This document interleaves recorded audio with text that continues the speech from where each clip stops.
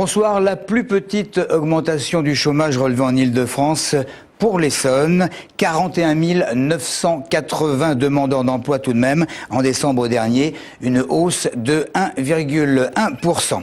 Selon les services de la préfecture, la délinquance serait en baisse l'an dernier sur le département, mais les violences envers les forces de l'ordre et les violences sexuelles seraient en hausse notable. Et ce, malgré une augmentation du nombre de caméras de vidéosurveillance sur le département. Christophe Garnier. Si l'on en croit la préfecture, la délinquance aurait baissé de plus de 2% l'an dernier sur le département. Mais les violences physiques non crapuleuses seraient en hausse de plus de 3%, notamment celles envers les forces de l'ordre. Une violence résultant directement d'une politique du chiffre, d'après les syndicats. C'est qu'on nous en demande de plus en plus et avec de moins en moins d'effectifs.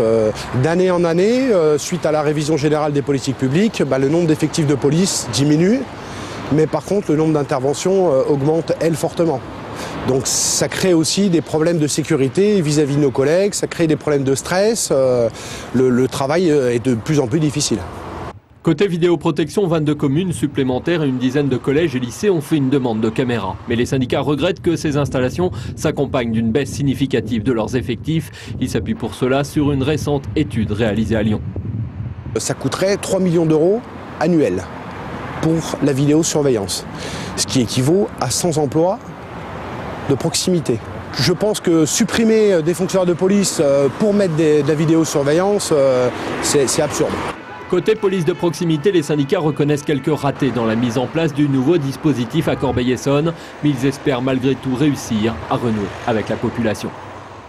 Depuis plusieurs jours, en interne, dans les locaux syndicaux de la CGT, on entendait parler de la probable démission de Bernard Thibault, le numéro 1 de la CGT justement, que l'on savait perturbé par les résultats des mobilisations anti-réforme des retraites et très contrarié pour raisons familiales et personnelles. Et bien finalement, il ne quittera pas ses fonctions fin 2011. Bernard Thibault qui réside en Essonne, qualifie les rumeurs de son départ de fantasmes et il dément les informations selon lesquelles il y aurait un certain tirage dans la direction de la Confédération.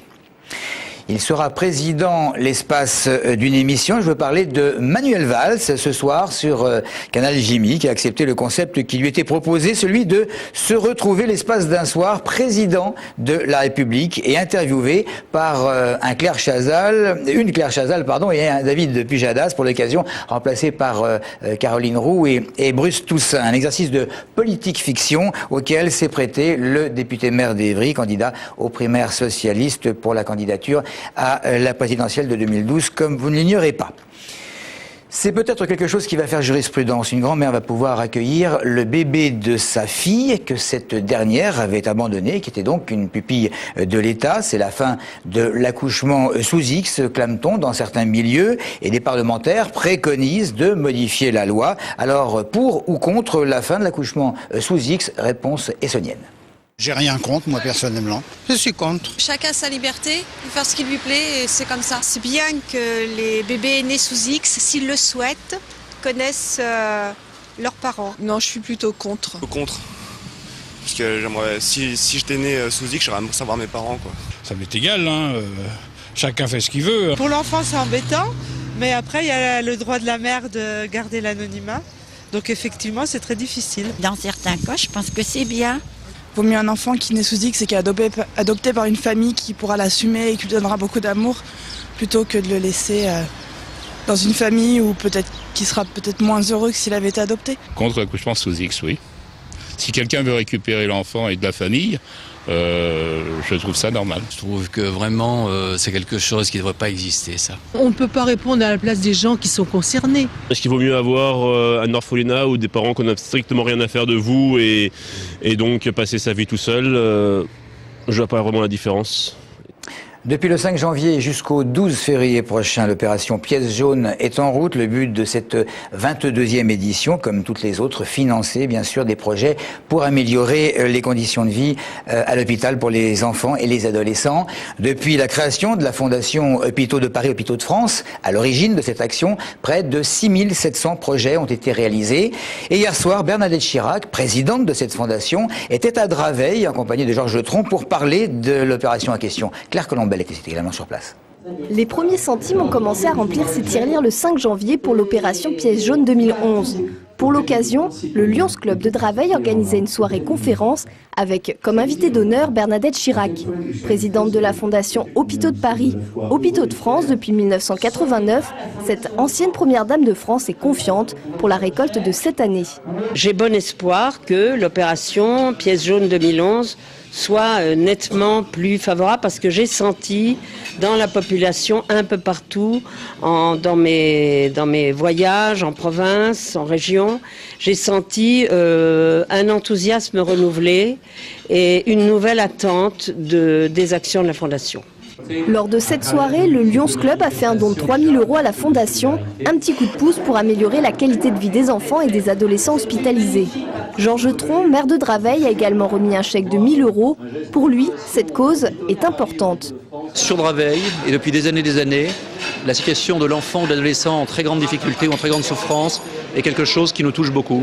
Donc j'ai considéré qu'à l'occasion de la venue de Mme Chirac, alors même que nous aidons d'autres associations qui s'en occupent, il fallait symboliquement qu'on manifeste combien c'était une cause qui était la nôtre à Draveil. En 2010, 3,5 millions d'euros avaient été récoltés, permettant de financer 399 projets au sein d'établissements hospitaliers. Parmi eux, la création d'une salle de jeu et l'achat de consoles à l'hôpital d'Étampes. Cette année, un salon aménagé au centre hospitalier d'Arpajon pourrait voir le jour. Alors les tirelires sont toujours disponibles dans les bureaux de poste et grande première cette année, les dons peuvent se faire sur le site internet de l'opération Pièce jaune, www.piècejaune.fr ou sur le site internet de Price Ministère.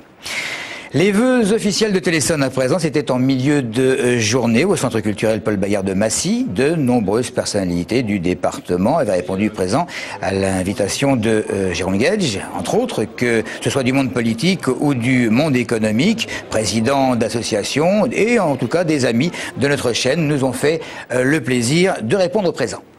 C'est une chaîne qui est pour ça tout à fait intéressante, qui est proche de nos habitants, je pense qu'il les intéresse pas mal. J'ai vu quand je suis passée sur certaines émissions, on m'a arrêté dans la rue après pour me dire qu'on l'avait vu, donc j'étais très, très fière de savoir que nos habitants des Ulysses regardent Téléson. C'est notre chaîne locale et on y tient absolument.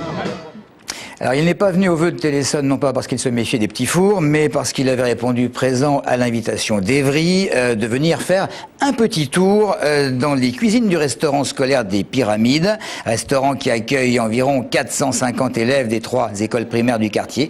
Jean Pierkoff, donc sur place, petite originalité, tous les mois, le chef, pas lui, celui qui est aux Pyramides, organise des animations basées autour de l'alimentation pour que les enfants découvrent de nouveaux produits alimentaires. Et après avoir découvert cette cantine, Jean Pierkoff s'est dit absolument bluffé par l'organisation, l'éducation et le savoir-vivre enseigné et transmis à ses élèves. Ça m'amuse quand chez Drucker on reçoit des politiques. En général, ils racontent une très belle histoire, mais ils n'aiment pas qu'on vienne voir si c'est vrai ou pas vrai. Et jusqu'à présent, j'ai dit à tous les politiques qui sont passés sur le canapé rouge, je veux bien venir visiter. Et il n'y en a aucun qui m'a dit chiche, venez, sauf Manuel Valls. Alors je n'allais pas devant le défi le refuser, donc je suis venu et voilà pourquoi je suis là.